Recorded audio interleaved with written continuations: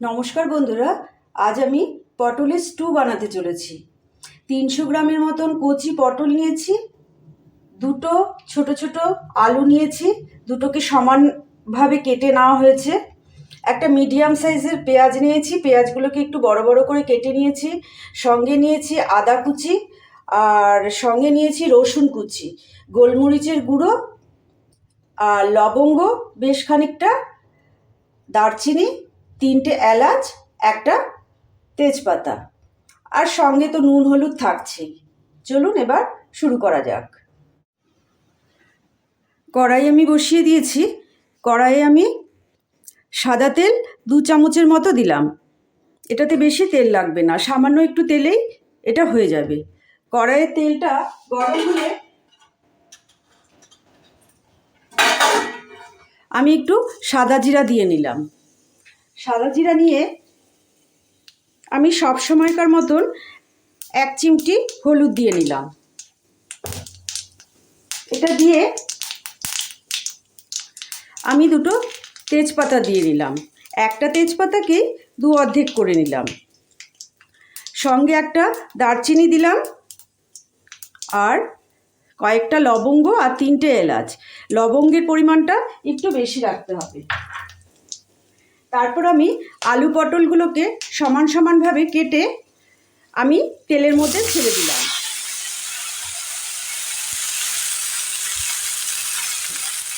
এটাকে এখন একবার নাড়াচাড়া করব। এটা কিন্তু সাদা তেলেই করতে হবে। তেল আপনারা কিন্তু একদমই দেবেন না, মাত্র 2 চামচের মতন তেল দেবেন। এখানে 300 গ্রাম পটল আছে। এটা দেওয়ার সঙ্গে সঙ্গেই আঁচটাকে সিমে করে দেবেন। দিয়ে এই যে পেঁয়াজটা এর মধ্যে দিয়ে দেবেন। আপনারা তেলে কিন্তু পেঁয়াজ, আদা কুচি, রসুন কুচি এগুলো দেবেন না। পটল আলু দেওয়ার পরেই পেঁয়াজ, আদা কুচি, রসুন কুচি আমি দিয়ে দিলাম। এখন এটাকে একটু নাড়াচাড়া করব। গ্যাসের আগুনটাকে সামান্য একটু বাড়াবো, সামান্য একটু বাড়িয়ে দিলাম। এটাকে একটু নাড়াচাড়া করতে করতে আমি এর মধ্যে সামান্য একটু হলুদ মিশিয়ে দেব। এতে বেশি হলুদ লাগে না। আমি একটু হলুদ মিশিয়ে দিলাম।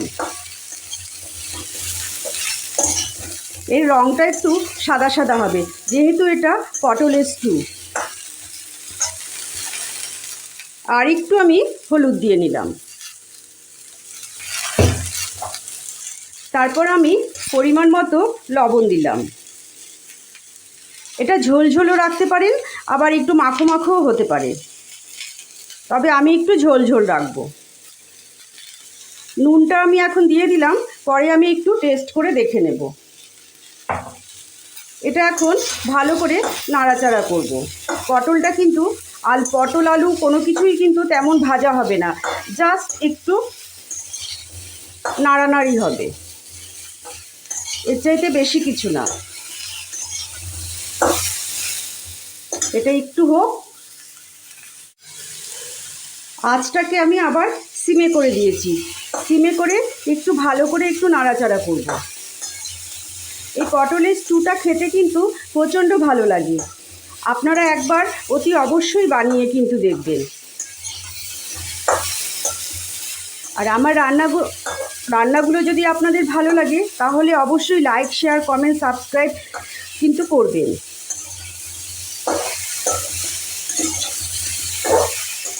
এরকম করে শুধু একটু নেড়ে যেতে হবে, যাতে কম তেল তো, যাতে নিচে লেগে না যায়।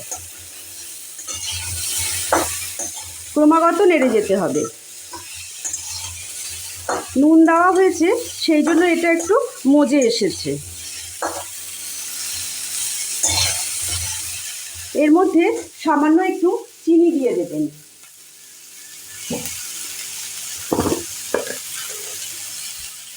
এইরকম একটু চিনি দিয়ে দেবেন।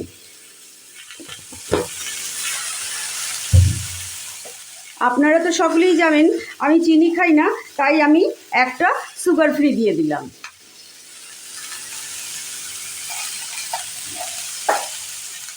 এবার আমি এটাকে আবার ভালো করে নাড়ব।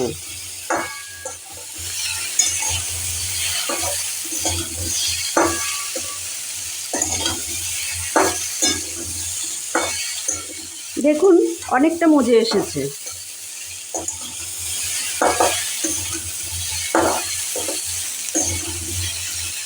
এবার একটা সুন্দর গন্ধ বেরিয়ে এসেছে। এবার আমি জলটাকে ঢেলে দেব।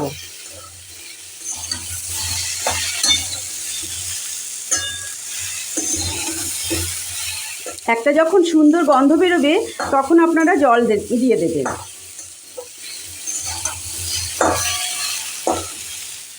আমি এখন জল দিয়ে দিলাম, পরিমাণ মতো জল দিয়ে দিলাম।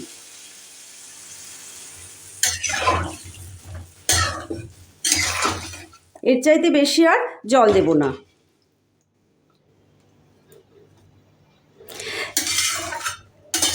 এটা আমি পটলের স্টু বানাচ্ছি, সেই জন্য কোনো কিছুই সেই রকম ভাজা ভাজা হবে না। পটলও ভাজবো না, আলুও ভাজবো না, তাহলে এর গুণটা চলে যাবে। এটাকে এখন একটু বাড়িয়ে দেব, আঁচটাকে এখন একটু বাড়িয়ে দিলাম। বাড়িয়ে দিয়ে এটাকে বয়েল আসতে দেব।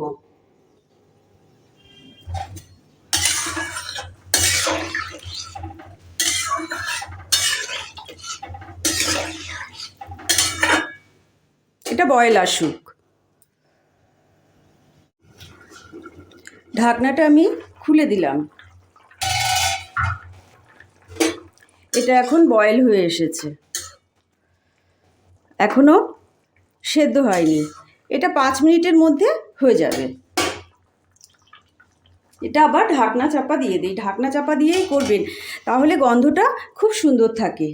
আমার অনুরোধ রইল, রান্নাগুলো যদি আপনাদের ভালো লেগে থাকে তাহলে লাইক, শেয়ার, কমেন্ট, সাবস্ক্রাইব করতে ভুলবেন না। সবার আগে নোটিফিকেশান আপনাদের কাছে পৌঁছে যাবে। আপনারা ভালো থাকবেন।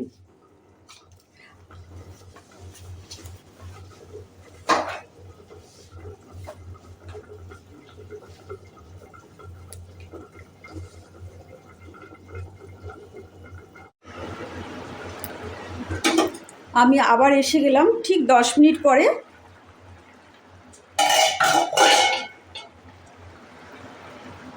আলুটা সেদ্ধ হয়ে গেছে, পটলও সেদ্ধ হয়ে গেছে।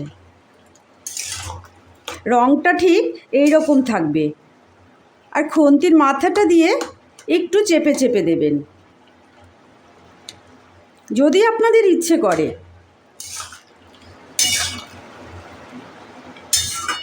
এবার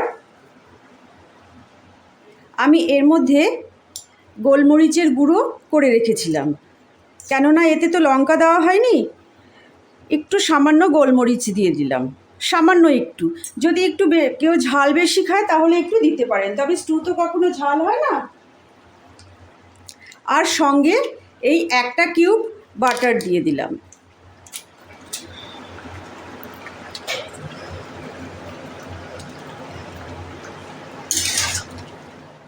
এবার আমি এটাকে নামিয়ে ফেলব। এবার গ্যাসের আগুন বন্ধ করে দিলাম। আমাদের পটলের স্টু তৈরি হয়ে গেল। একবার প্লিজ বানিয়ে খেয়ে দেখবেন, বলবেন আপনারা যে আগে তো কখনো খাইনি, এত টেস্টি। তবে রঙটা কিন্তু আপনাদের কাছে কেমন লাগছে আমি জানি না। তবে যেমন কথা বলে না যে আগে দর্শনদারি পরে গুণবিচারি, সেটা কিন্তু নয়। এখনকার কথা হলো আগে গুণবিচারি পরে দর্শনদারি। আপনারা সুস্থ থাকবেন, ভালো থাকবেন।